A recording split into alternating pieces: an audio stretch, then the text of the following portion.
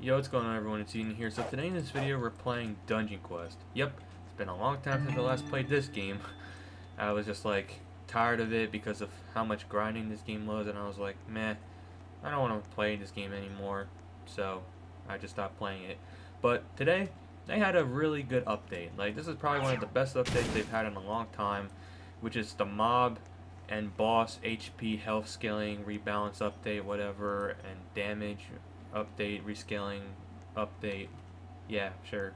But basically, this update is just a rebalance update for the mobs, HP, and damage for dungeons. And this is something that I was hoping they would do for quite a while, at least when I was thinking about it. Because, as you guys know, Dungeon Quest is not really an easy game. When you progress through dungeons, the difficulty in terms of HP and enemy damage just goes up by a lot.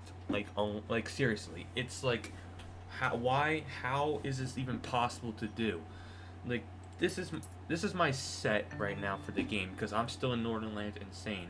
But even with this set prior to the update, I couldn't even make it past the first boss. Well, I mean I could, but it would take like basically 80% of the total time just to even beat the first boss.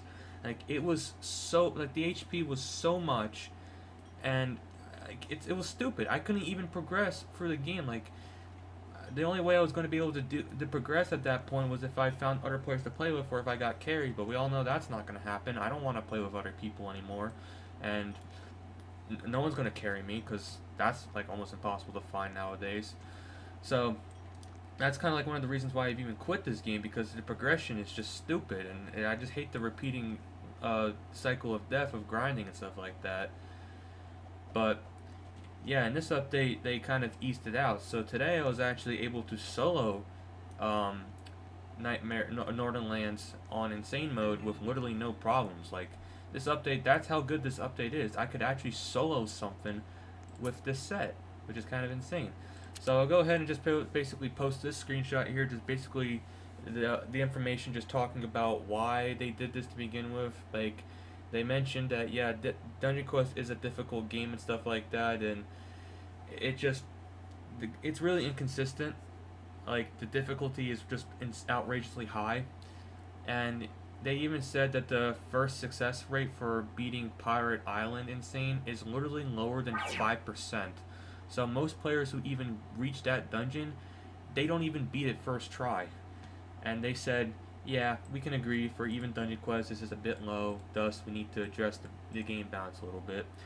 So they have the goal of trying to basically create a consistent ramp of difficulty throughout the game. So hopefully that means that for future dungeons and stuff like that, it won't be like outrageously high.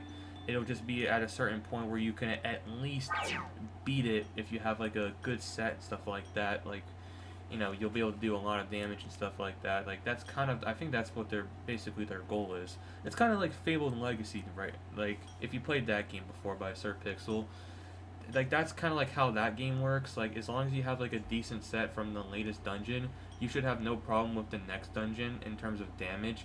You may not beat it first try because of, you don't know how the enemy attacks work, but once when you learn it and stuff like that, it shouldn't really be that hard to do. So that was kind of their intention of what they did. So now I'll go ahead and just basically post all these screenshots here, just basically going over all the changes they've done for the dungeons, and just just so you guys know by how much the mob slash boss HPs has been reduced, and the boss damage has been reduced from each dungeon and their respective game mode, which is, well, Insane and Nightmare. And I can say that some of these numbers, they definitely look pretty good, I must say. Um, However, for Yokai Peaks, though, the mob slash boss HP was increased by 5 to 10%, and their damage was increased by 10 to 20%, because with like all the additions and stuff like that, with rings and stuff like that, um, it just kind of made it more easy, like really easy to do. So they wanted to spike it up with a bit more challenge, and make it a little bit more challenging in terms of having more HP and stuff like that. So I wouldn't assume like any of the attacks changed or anything like that. Not that I know any of how they work, but yeah, more HP, more damage, and to compensate, they gave it more XP as well. I think it was like 20% for Insane, and what, 35% for Nightmare. Yeah, so that's good. And overall, that's pretty much it, really. I mean, there's also going to be a ×2 EXP event coming out tomorrow, and it's going to last for an entire week.